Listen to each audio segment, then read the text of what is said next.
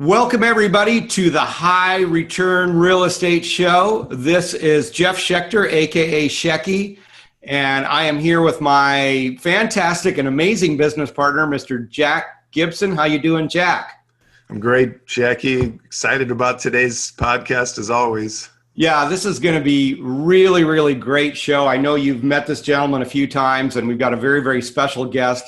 Today's topic is called How to Assemble the Perfect Real Estate Investing Dream Team. So if you have felt at all in your real estate investing ventures that things are just moving a little bit too slowly for you, then listen up. This is going to be the perfect episode for you. So stay tuned. We will be right with you. Welcome to the High Return Real Estate Show, the podcast for heavy hitters. 2 men, 1 mission. It's time to build your empire.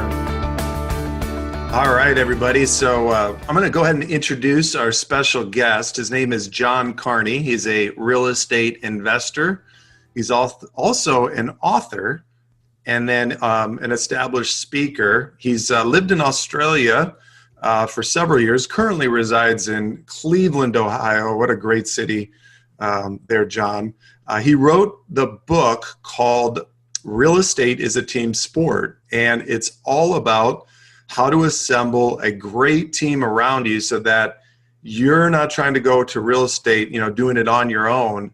When you have a successful team around you, then you can definitely leverage off the talents and abilities of others. And he also is a fellow podcast contributor. He has his own podcast called The Real Estate Locker Room, which is centered around sports and how it is very much intertwines with real estate. A lot of the success principles that are in sports are in real estate as well. So, John, very excited to have you. And I know that you are fresh off an amazing experience of a lifetime. Before we dive into real estate, I wanted to hear a little bit about your epic adventure. John just recently climbed Mount Kilimanjaro. I have no idea where that is. All I know is that's a very big mountain, and that is a massive undertaking, which took 9 days. So you did that with your dad, and I wanted to give you a shot at telling us a little bit more about that, anything, and also anything that special stories that came up throughout that. I don't, any life or death experiences or anything kind of cool you can share. Well, gentlemen. Yeah, sure, gentlemen. Thanks, Jeff and Jack for I'd like to thank you for the opportunity to be on your show and sharing this story with your valuable audience. So I suppose first things first. My father had a bucket list. He is 72, about to turn 73, and one thing we've been talking about for years was climbing Mount Kilimanjaro. And when I asked him when we were up on the mountain and breathing the thin air, I said, "Why did you want to do this again, Dad?" And he said, "Because it's there." So Mount Kilimanjaro is it's the highest mountain. It's one of the 7 summits. It's the highest mountain in Africa. It's in the country of Tanzania, which is just south of Kenya, and it's sort of on the Indian Ocean there. If you've heard of Zanzibar, and it's in that zone. Central African East Coast, and that was it. A metaphor for investing in real estate or accomplishing any goals. This is something we train for. We train 4 days a week, 3 days in the gym, and a day hiking with weight on what little hills we could find here on the west side of Cleveland. We have a valley, right? So it actually goes down and then you go up. And, we started seriously training and putting a plan together back in January. And, every bit of that training paid off. And this is the elevation of Kilimanjaro, Kili, is 19.3. So, it's getting up there. But that's 19,300 feet? That's correct. So that's basically almost over 3 miles, roughly, straight up in the air? Right. It is. It's pretty significant. We know that we call Denver the Mile High City. That's about 5,000 feet. I'm not, hopefully no math teachers are out there grading me, but yeah. So it's also the largest freestanding mountain in the world because it's a volcano in the middle of Africa, and what we ended up doing to acclimatize to the altitude is starting out on one side and kind of going up and down over the course of 6 or 7 days. And then the final assault was from 15,000, say, and change up to 19,000. And we started out at 4 a.m. It was 1 foot in front of the other. And when the sun came up, we were warm, and we had a good group. So this will kind of parlay into today's episode about building a team. But we had a great guides. We had a head guide and 3 support guides. We had a lot of camp porters, and then we just had a good group of 6 other trekkers with us. So we had great synergy. Nobody got sick. Nobody got injured. We laughed a lot, and, we helped each other out. So while it was climbing a mountain is very individualistic, you do have to do the work to get up there. It was the emotional support and encouragement of a team of people that helped everybody reach the summit.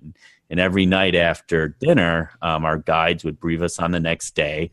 And they would reiterate that fact, which I thought was interesting. Our head guide, Abel, would say, don't worry about what you did today. You did all this hard work. Look where you've come. Focus on tomorrow. Don't focus on 2 or 3 days ahead of what that task is. So very, very similar metaphor for the real estate game, I think. Would you recommend it? I mean, did you enjoy that? Did you enjoy doing that? I did, but I'm not going to say that what I would look as a active vacation is what everybody wants to do. But if I would say that this mountain is achievable for anybody. That's the reputation it has. There's anywhere from a 6-day to a 10-day trip. We took the 10-day trip. But if this is something that somebody wants to do, you can do it. Train for 6 months.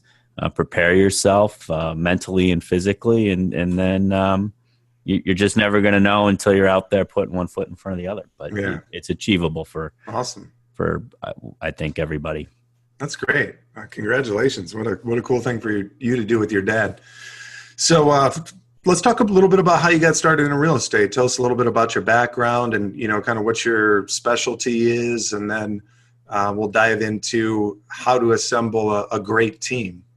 Sure. Real estate is, I'm fortunate. It's a family business. So this is something that I've been around.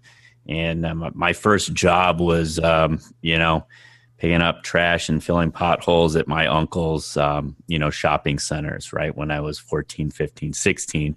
When I was, in college, I spent my summers in the local 310 labor union carrying bricks on construction sites that, commercial sites that were part of, either a direct business that my father and his family was involved in or somebody that they knew. So this was something that I was a part of. Now, I'm going to kind of fast forward because a lot of my career wasn't as focused in real estate. I had other business ventures that I partook in, but at the end of the day, real estate was something I always wanted to come back and be a part of.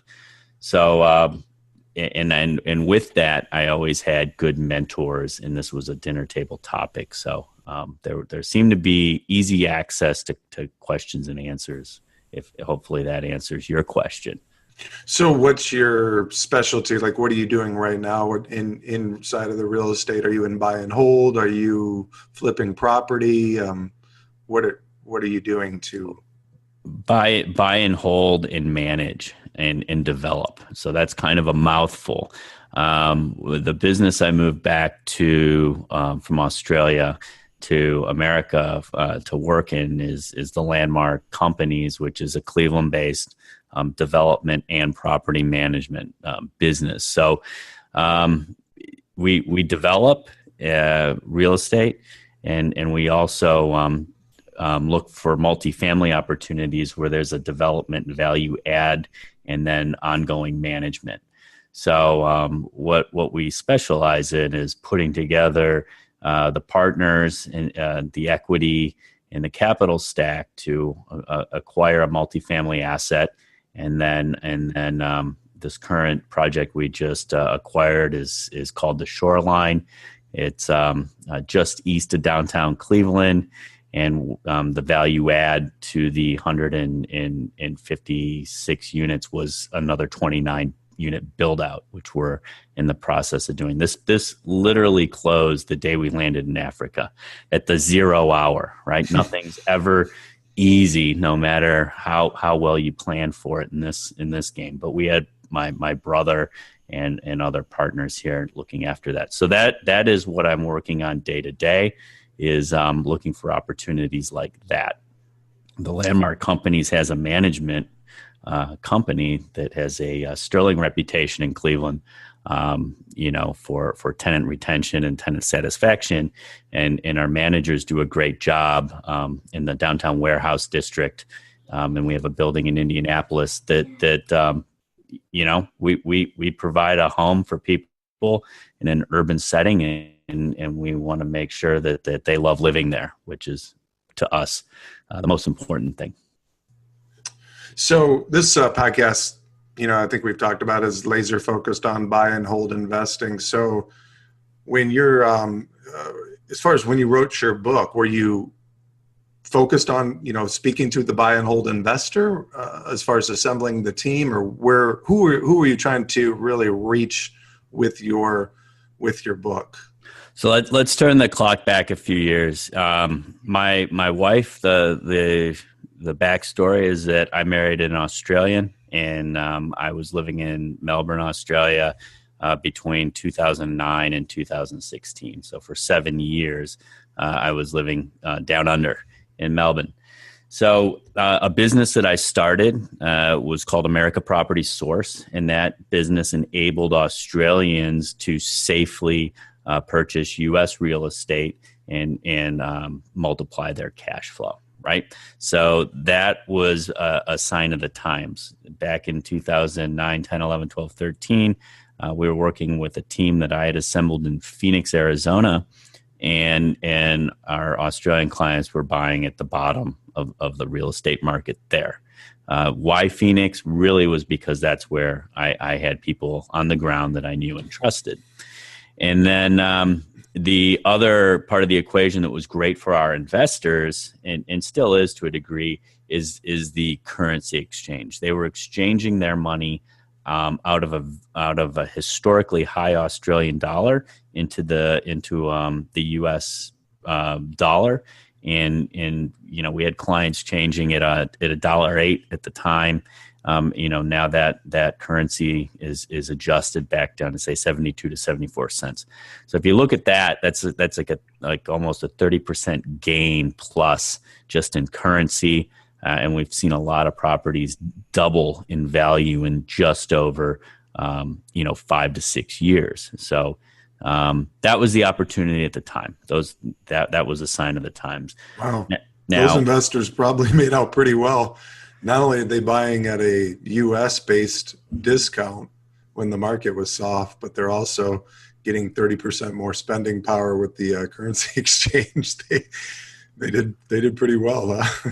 They did, and there's a few other factors. One is no U.S. bank would loan to them, and I don't ever do any. I'm never going to ever ask anybody to do something that I haven't done before. That's not how I operate. I like to think of it as maybe leading from the front. So I tested private money and hard money and all these crazy things that you can do to get into the game, fixing and flipping and turning over houses to see how everything was going to work. And I didn't really, while I was profitable, it wasn't an easy experience that I wanted to pass on to a non-sophisticated U.S. investor. So our clients were all cash buyers.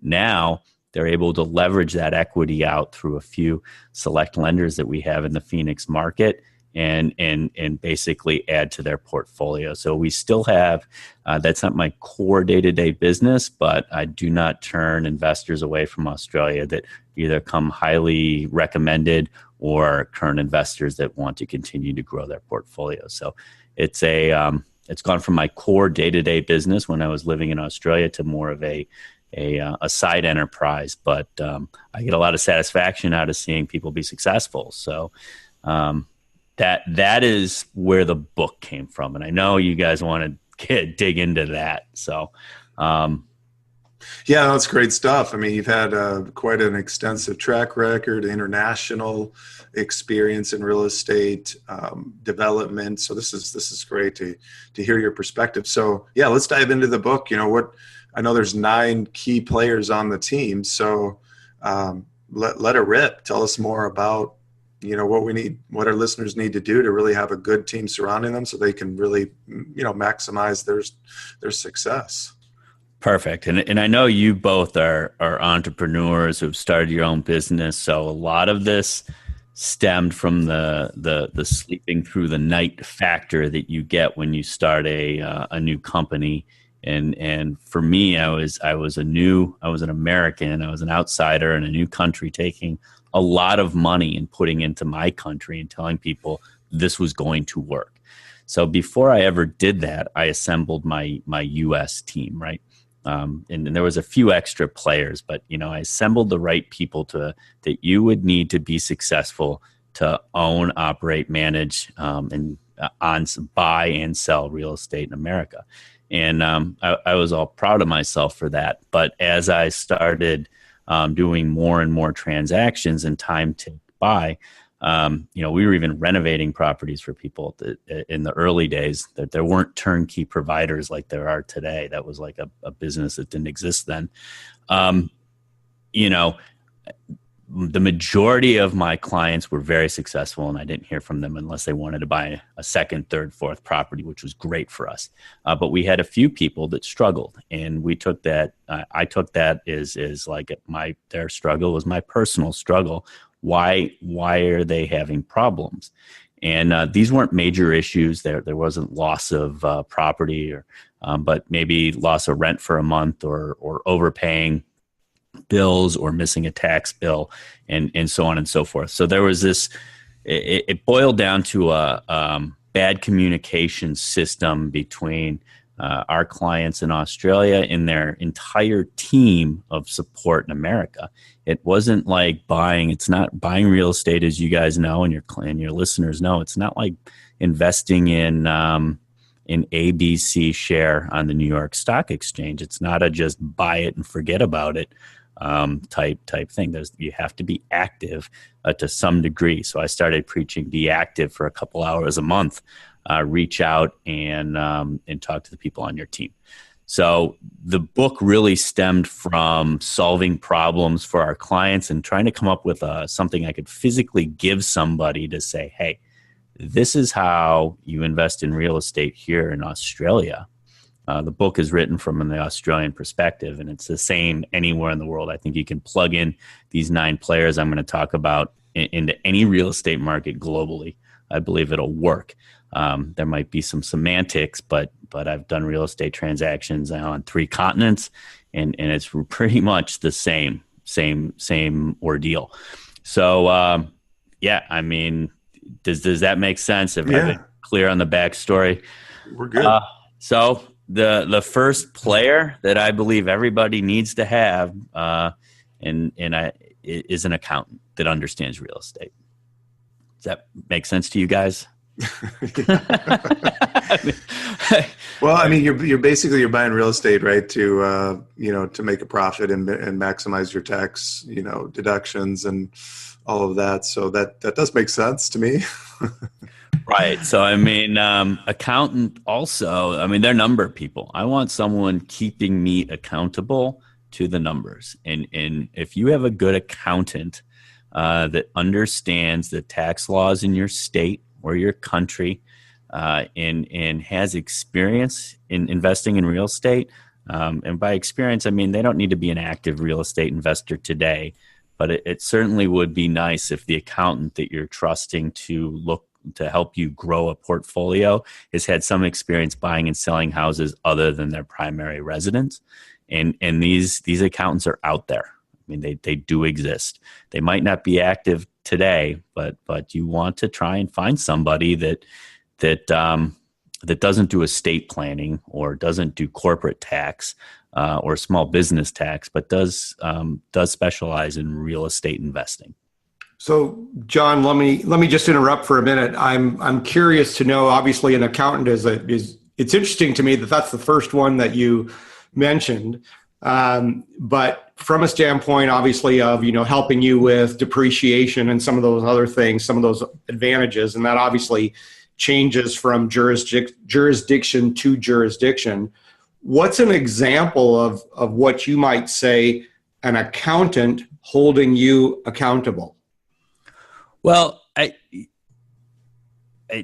first, let's kind of look at the fact that I look at investing in real estate first and foremost. You're going into business, and businesses exist to scale and grow, or to profit and grow. So you want to be profitable. And I really speak to people who are starting out, who want to live this dream of financial independence in real estate, and say, hey, you can go out and hustle and start turning over deals, and I'm not saying don't do that. You need to get an accountant first, but when you want, there will come a time when you want to buckle down, and this is going to be your livelihood. You're going to need to have a good accountant, and they will help with simple things like budgeting and bookkeeping and spreadsheets. Right? I'm not good at that stuff, by the way. And I'm not a proponent, saying that you need to go spend a lot of money having somebody do all this, but you have to be organized with your figures, and you really have to be able to test and measure how each property is running. The more properties you get, the bigger the task. So I like to just say that they're a cornerstone of a successful real estate business. Now, in Australia, a little bit different than America, how their real estate game works. You need an accountant really to help you with structuring. They don't have limited liability companies in Australia. You want to make sure you have it in the right trust, you have the right liability and the right tax structure, because the depreciation is slightly more complicated than it is in America. But in order to make sure that you are working towards being registered as a real estate professional someday, and realizing all of the different types of benefits that come from owning and operating real estate from a tax perspective and in a small business perspective, they're an important member of your team. And all the members that we'll talk about today are important, but I believe that if people don't have a starting point, Jeff, that an accountant might be able to help them. And if you get someone, I'll get into number 2 right as well, because they go hand in hand, which is a good attorney that understands real estate. A good accountant and a good attorney who aren't just charging you for their time, but look at you as someone they want to build a relationship with, they're going to be a great source of leads to get deals. I mean, they're great deal generate leads. They might know if you tell them what you want. I want to buy off-market properties, fix them up, hold them, or whatever your strategy may be. People that work in that industry know people you don't, and so the education kind of stems from there. We're always learning something new every day. So hopefully that answers your question. No, it definitely did. And it's interesting that you mentioned attorney as number 2, because I've essentially been self-employed almost my entire adult life. And I have found that in pretty much every venture that I've been involved in, that triad is what I've always called it, between myself and the accountant and the attorney. And I've always felt, and at least where I found that I've gotten the best synergy, is when both the accountant and the attorney know each other very well and are very aware of what each other are doing, because then we truly have a team. And I'm not just getting separate, legal advice versus separate financial advice. They're a very cohesive team when they know each other, and it becomes extremely synergistic. Yeah, I couldn't agree with you more. And I mean, it's great to hear you say that, because most people, they hear accountant and attorney and think of bills, big bills, and that's not how it should be. And just exactly what Jeff said, everybody. I mean, you can find that. It's not going to come delivered to your front door in an envelope. You're going to have to go out and hit the ground. But, this is the part of the hustle and the work that nobody talks about. But you're setting yourself up by success for having a good team. Shecky, you said you've had this great relationship with your accountant and your lawyer. I mean, I don't mean to be interviewing you, but can you just, how did that come about? I mean, I'm sure it didn't just happen overnight. Well, it actually just happened naturally. I spent most of my adult life in Texas, and as it turned out, the attorneys, two of them, were both family friends, and they were people that were actually very well versed in, the business kind of stuff the kinds of businesses that I was involved in. And they also both were friendly with the guy that ended up becoming my CPA. Yeah. And so it just was, I got lucky. I didn't have to do a lot of searching for that kind of stuff. But I think, given what we just talked about and them knowing each other, I think it'd be a really good idea to ask your CPA, hey, who's the best business attorney that you work with that you know well? And if you find the attorney first, ask him or her, who's the best CPA that you work with that you can coordinate with me where we can work as a team of three? I think it's an excellent question to ask because any CPAs and attorneys that have worked together can get you there and can create much more cohesiveness than if they don't know what the other one is doing. You may still be getting good advice and you may still be getting good direction, but you're not working together cohesively. That excellent advice, and I second that as a great way to go about it. Well, cool. So moving on to player number three. Yeah. You can't be, everyone's probably waiting for a real estate agent, but it's not there yet. We want to find a source of funds. So I have a finance professional in the real estate game. There's a lot of tiers. There's your high interest, hard money. Then there's kind of your midterm lenders at still a high interest rate. And then, but maybe not as big as 18%. And then you have your traditional banks, whatever that might be. You have to get dressed up and go in and chat with these people and start building those relationships too. I found that not everybody I talk to is happy to have they're always happy to have a conversation, but they can't always help depending on restrictions they have, but always good to have in your Rolodex. I suppose starting out, a lot of people raise capital from family and friends to buy in cash. And that's a common thread. And if that's where you are right now, that's where you are. But eventually finding portfolio lenders who specialize in, if you're going to be in mobile home parks, those are the people you need to meet. If you're going to be in small multifamily or large multifamily, there's someone in every specialty of lending. So, having a conversation and getting out there and learning about criteria that lenders are looking for, what they're excited about, what they're not excited about is something that you need to do. I parlay this when I was in Australia. I didn't own any property over there, and then I had a startup business, so no one wanted to lend me money. When I wanted to do my first subdivision and new build development, which was entry level over there, we bought a lot, subdivided it and built 2 houses. That was still a $1.1 million project. I had to ask, I had to have a relationship I was building with the lender, and I had to say, hey, this is what I want to do. Will you make sure the money is there? He was also a real estate developer, so he said, sure.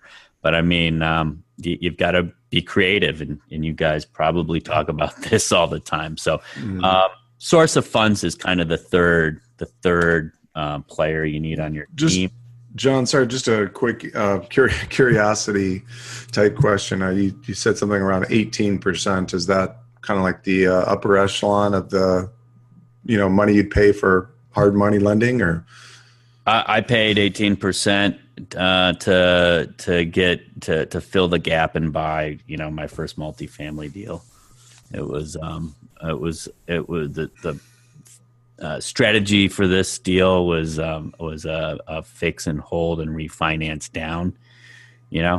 Things changed. Things changed over the circumstances changed with partners over 18 months. We ended up selling it, but we did take out the hard money with kind of a second tier private lender. So we brought our 18% interest rate down to 11.5%, and we're able to hold that. And then we could have refinanced out it a traditional loan, or we could have sold it, and circumstances dictated that we sold it, and we did a good job. We made out pretty well, but that was me wanting to use hard money specifically to understand how it worked before I could promote that to a client. That type of monthly commitment is, you've got to be sure of your math. Sure. Cool. All right. So let's go to number 4. Number 4 is a title company, like a title agent. Before, the first thing, as you guys know, when you're going to actually sign a contract, the culture, at least here in Ohio and everywhere else I've been in America, is that, if you're the buyer, you nominate the title company. Title work is also, it's the same in Australia, except they call it a conveyancer. So if you actually buy my book and read it and you see conveyancer, that's just the Australian translation to title company. But, different states across the United States are different, but you want to make sure that you have that you at least know who you're going to nominate and what they're good at and what they're not good at. Having a title agent, if you're buying single family homes in the suburbs, that's a pretty easy transaction. If you get into farmland and there's mineral rights and oil wells and you're doing subdivision, a little bit more complicated. But it's an important component of the real estate transaction, because when that property closes, if the title work's not right, you might have title insurance. Yeah, that's great, but you're the one who's holding the paper and at the end of the day responsible. So this is something easy to prepare for by, again, talking to your lawyer, talking to your accountant, and learning who the good title agents are in town, because in every profession, there's always going to be standouts. And, as you grow and progress in the real estate industry, you're going to want to be working with top-notch people. Awesome. All right. I agree. I mean, we definitely have a great relationship with our title company that we refer all our investors to, and they're doing a couple hundred probably or more transactions per month. I think probably a lot more than that, actually. So definitely great. So what's number 5? Well, back to that too. Before we get to number 5, is I'm sure you've had title, like a good title. Things just change. Like if you haven't done a lot of transactions, things change at the last minute. Money didn't get wired right, or didn't make the cutoff, or a signature is missing, and you just want to have that personal relationship at a title company, so someone will pay attention to you and get that extension document drafted and emailed out to everybody. And so those are some of the experiences we had managing, a few hundred transactions from the other side of the world. And what we ran into were different public holidays or days off, bank days off, and time difference changes. So it really was good that we had solid relationships with title for all those unseen things, stuff that you just doesn't come up when you're buying your forever home and you do it once. Awesome. The other important person that you're going to want to have on board before you purchase is an insurance agent. It doesn't. It can be an afterthought for some people that are focused on the fix and the flip, or the opportunity at hand and the unbelievable deal they're getting. But you want to make sure that you have an insurance agent that understands your risk profile, your stage of life, because it changes from your 20s to 30s to family and so on. And that if you're investing in real estate, single family homes, you want to make sure that you're looking after your costs, but you want to make sure that it's a line item that no one likes, insurance. But you want to make sure that you have the appropriate policy and you understand the fine print. I've talked to insurance agents when I wrote the book, and you'd be surprised how many houses actually burned down. Right? I mean, they do. We just recorded a podcast with a insurance agent, so this is refreshing very quickly. Okay, perfect. Yeah. So, I mean, I was shocked. Like floods, houses burning down, all these bad things that you say will never happen to you. They happen to somebody. So make sure you have a good insurance policy. One thing that's happened recently with our insurance agent, who specializes in large multifamily portfolios, is this year when we showed up for our annual meeting, they saved us a significant amount of money, approaching a six-figure amount of money, and that they were out there working, doing their job, and this year we had a great savings. And that was a reaction to the market. That's, as you build whatever portfolio you're building, the insurance agents not only should be, providing you the best policy, but, explaining to you and educating you the reasons why you need this or don't need that. The other interesting thing is this insurance agent that we have also has his ear to the rail, and has found some interesting off-market commercial deals. Not in our wheelhouse, but they come across. So you just never know where your deal source is going to come from, and where that next gold nugget home run property is coming from. It can come from anywhere if you're out looking for it. So that's just my current experience. And so moving right along, the next player that I find very important if you are not self-managing your property is to have a property management company or manager.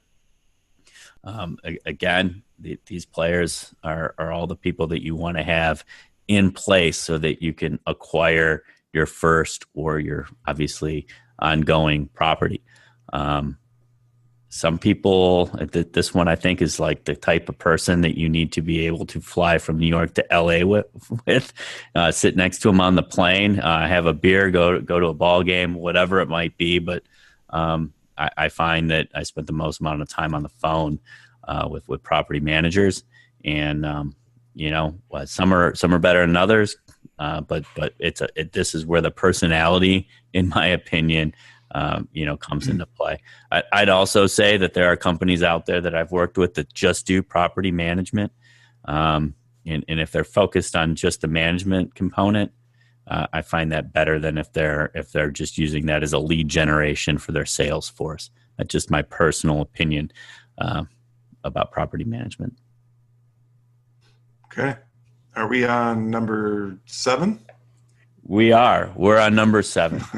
We are on number 7, and this is the real estate agent.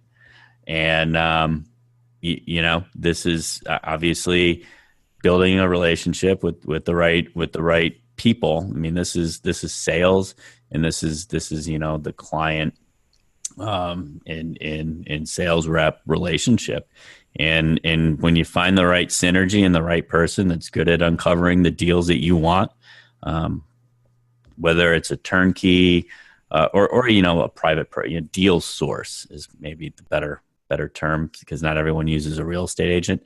But sure, if you're doing a lot of off-market properties, then deal source would probably be a little bit more appropriate. But so I mean, and you and I had this conversation when we chatted on my podcast. I mean, they're not all created equal, and some people, not that some are some are better, some are going to be better than others. That's just the nature of business. So you want to find a deal source that you can trust, that understands you, and that has your best interest at heart. Same thing with the real estate agent. I mean, I think good agents out there, whether it's a commercial agent, you're buying office buildings, or you're buying duplexes. There's someone who specializes in the exact type of product that you want. They've been doing it for 10 years, and they have the knowledge and experience of the market. I mean, the market is called just that for a reason, right? I mean, there's a high and low price for everything. You're just trying to make sure you can get your math in order and your numbers in order and make deals work. But if you're using an agent on the acquisition side, or on the sales side, that having a relationship is important. So all these players are about not so much the one-off, but as I mentioned earlier, you need to test and measure everything in business, and people are no exception. But I'm always looking for synergy, people that I can that I enjoy spending my time with, because that's a precious resource that we all have and carry with us. And it takes a rising tide raises all ships, right? So I mean, the real estate agent's going to be appreciative of the business you give them, and the insurance agent, these are commission-based jobs, and that's just part of their operation. For you as an investor, that's part of your line items, and that's a business cost. So it's about managing all these little things so that everybody's successful together, and that's really the essence of a team sport. Awesome. So we got two more people that I feel are just as important as everybody else. The last player might be the most important, but partners is generally what I think that, well, I have that as the last player. Mentor. I know that you guys are in the business of helping people get started and manage their portfolios, but I have found that in my 20s, I sometimes had the opinion that I knew a lot more than I actually did. At 42, my opinion is I'm always looking for someone in the room who's much smarter. And as the saying goes, if you're the smartest person in the room, you should find a new room. So I'm not going to get into any type of business venture unless I am working with somebody who's either mentoring me or as part of the deal to keep an eye on, make sure that what's happening is going along the right way. There's so much experience in the world that we can draw upon to be successful. Learning from your own mistakes is not ideal if you can learn from somebody else's mistakes. Make sense, guys? Anything to chime in? Yeah, I'm totally resonating with what you're saying there, yeah, John. Me too. Like mentor is huge on my list. So Jack and I have a great partnership. And we've learned as we've gotten to know each other better working together that we obviously have very, very different strengths and weaknesses. So, we have a lot of very similar goals, but we have very different ways that we attack things. And I don't necessarily mean attack negatively. I just mean that, just the way we approach things. And it's been the more we kind of go down that road and the more we get to know each other, the better the partnership gets. There's almost like a seasoning period. Right. It's just been great, so it doesn't necessarily mean we agree on everything, but we've really, really learned how to work well together, and anytime something comes up that needs to be addressed, now we're getting to a point where Jack will just go, well, God, Shecky, come on, man, that's just totally in your wheelhouse, and I'm not even touching that, and I'll look at something and go, okay, dude, that's not anything that I'm good at, just go do this, And so that's working out really well. But one of the other things that we have in common, and one of the things that you touched on, is learning from others' mistakes and mentorship and all that kind of stuff. Because one of the really common threads that Jack and I both have in common is personal development. And, given that we live in this age where we can do stuff like this, we can do podcasts, and, like I'm just sitting at my house and in front of a microphone right now, and this can go out to the entire world. And the way that it's just so easy for information to get shared around the world, that there's no excuse anymore. Nobody is an island anymore. I mean, we're all just like super connected. So your ability to go out and find the data and the information and the training that's available is so much easier now than it was even just a decade ago.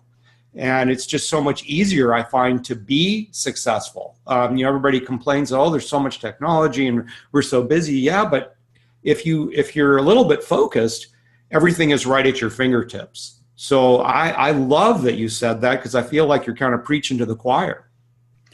Right. And I mean, you guys, well, let me just finish this off, my list of 9 partners. I mean, you guys are the example of partnership working. It doesn't always work, but when it does, you can't have 2 people that always like, strawberry ice cream, I guess.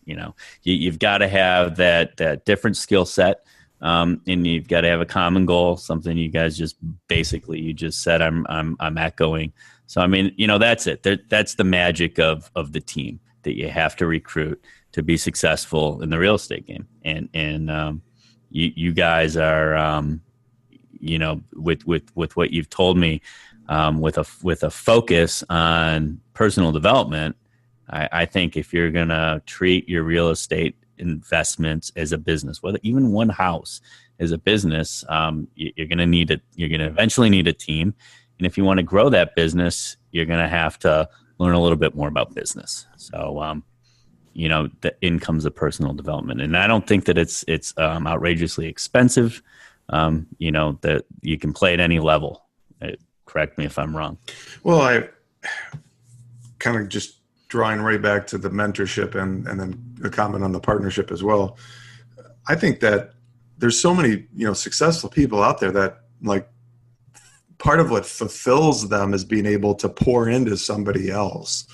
I know for me that one of the biggest like joys, the most thing that really gets me, my juice is really going, more than even making deals and making money, is when I have a willing, teachable young student that is hungry to learn what I've learned and learn from my experiences. So they're out there. I think like you said, you got to seek them out. You got to ask. And with the amount of information that's available, you can have mentors that you've never even personally met. I mean, you can listen to, podcasts of other successful people, and they can be a mentor to you. Now, I don't think there's never a replacement for when you have that one-to-one actual relationship where you can bounce ideas and thoughts off somebody. So I think that's very necessary, but there is lots of opportunities to have mentorship. And I think I also agree with what your comment. Partnerships can be really synergistic. I always go back to, and I Googled this to make sure that it was accurate, and it's been verified a couple different times. So not everything you get on the internet is true, right? Most of it, right? Or all of it? I don't know. It's all true. It's all true. Okay. So no fake news. Something along the lines of one horse can pull 2,000 pounds or whatever. I don't remember the number. Your math teacher's listening. I'm off. But when you get 2, they can pull 5,000 pounds. Like, they can pull more together combined than they could each individually. So you look at that in business, when you have 2 minds come together that can work together and bring different resources and strengths to the table, but still work together, those 2 can produce more growth and more business than the one of them doing it by their lonesome. So just wanted to validate what you're saying with, number 8 and 9. And I probably would back you up and say those are the most important out of all 9 to make it happen. I guess we could argue that, right? I mean, right. They're all of them are, everybody that you went through, there wasn't one on your list where I was like, no, you'll be okay. You'll be fine without them on your team. You do need them all. They're all integral, and they all they all had their place. So. Well, thanks. I mean, yeah. I mean, when you kind of when I was brainstorming the list, and then you got to lay it out in chapters. I wanted to, you actually read the book, Jack, but I mean, like, so I was actually writing that book as I was going through my first development play in Australia, and so I mean, it just kind of almost fell in line with the timing of everything, which was unique. But I mean, the goal for the book was to. If somebody, it got to a point with America Property Source where people were calling me and saying, "Hey, I've been able to manage to scrape up my life savings and sell my car at $50,000. Put it in America and make me a fortune." And I had to say, I can't do that. It doesn't work like that. Right. And then all of a sudden, this is sort of how things changed in that business. All of a sudden, I had someone that had this money, wanted to be in real estate, young, enthusiastic, but they couldn't, didn't know how to do it in their own country, which is another thing I said to people was like, make sure you learn how to do this in Australia first. And, I was like, wow, I felt that I needed to give them something that I didn't have to give. And I didn't have the time to teach them. So this sort of all kind of fell into a timing for me, and that's sort of where the book stemmed from. Is before you want to go out invest offshore, like make sure you understand the principles here, and that's how the list came about. Just awesome. Shecky, I'm going to flip it over to you. Any final thoughts, questions before we wrap up? This has been great, John. I want to thank you. I guess not just from a value standpoint, but if I could make a little bit of a selfish comment too, Jack. I'm really excited about what we've put together in our company because we've got all these parts and pieces in place, and so it's been really a great, validation to hear this from someone else who's done some, incredibly amazing deals to just, get that sort of, stamp that say, we're doing things the way we should be doing it. And obviously there's always room for improvement. But anybody that listens to this episode is going to get just huge value out of it, just from a standpoint of just structure and understanding, kind of how all these parts and pieces fit together. So, John, I just want, tip my hat to you and want to say thank you so much. Really appreciate you coming on the show and sharing your incredible wisdom with us. And how is your book on Amazon? Like, how do people find this book? Sure. Well, the name of the book is Real Estate is a Team Sport, the 9 Players You Need to Profit. You can find that on Amazon. It's available on Kindle. It's available on iBooks. And if you want, you can visit my website, which is johncarneyonline.com. There's a tab at the top that'll take you to buy the book. And as Jack had said earlier, I've got a podcast called The Real Estate Locker Room. I'm running with that theme. Nice,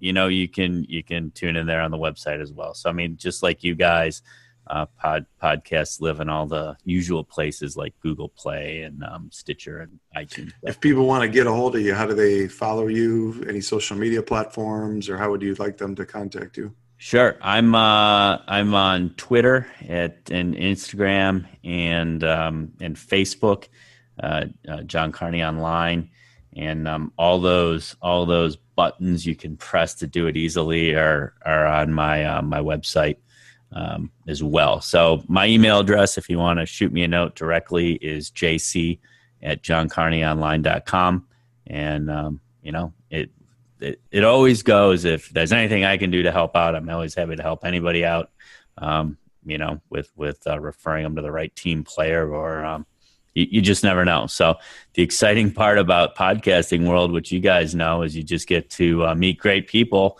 and have good conversations about topics that you like and love and are passionate about. And hopefully, someone on your audience will tune in and it'll make a difference, and we'll hear about it someday.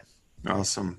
Yeah. All right. Great. Well, we're going to wrap up. I wanted to encourage all our listeners to give John a big shout out on social media, And thank you for your expertise, John. And please leave us a 5-star review on this particular podcast to help get the word out to other people. This is very, very important to help spread the word of and getting this incredible content out to more investors to help them to make better decisions for their investing portfolios. And just a little bit of self-promotion. We just launched our new website. You guys got to check it out. I think it really looks really, really sweet. It's highreturnrealestate.com, and take a look at the website. It's got all new tabs and a whole new design, and it's fantastic. And you guys can find our available deals there as well. And Shecky, go ahead, bud. Yeah, so I just wanted to mention too that yes, we're very excited about the site, but there is also a tab on the website for our podcasts. And John, we will make sure that any of the links that we talked about and all that will appear in the show notes on our website for this particular podcast. So, feel free to go there to check it out. Obviously, a lot of times I'm listening to podcasts in the car and I'm not necessarily in a place where I can write stuff down. So we'll put links on how to get in touch with John on the show notes for this particular podcast. So, again, just awesome stuff, John. I just want to say thanks so much.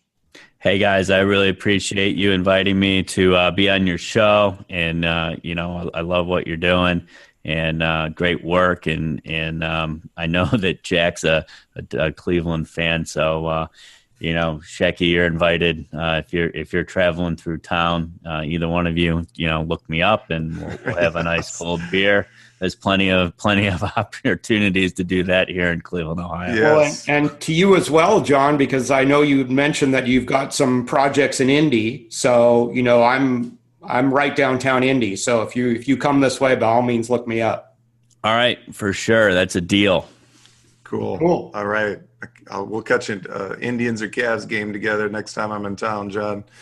So everybody, thank you again. Have a great day, and stay tuned for our next episode of the High Return Real Estate Show. You guys make it a great day. Happy investing.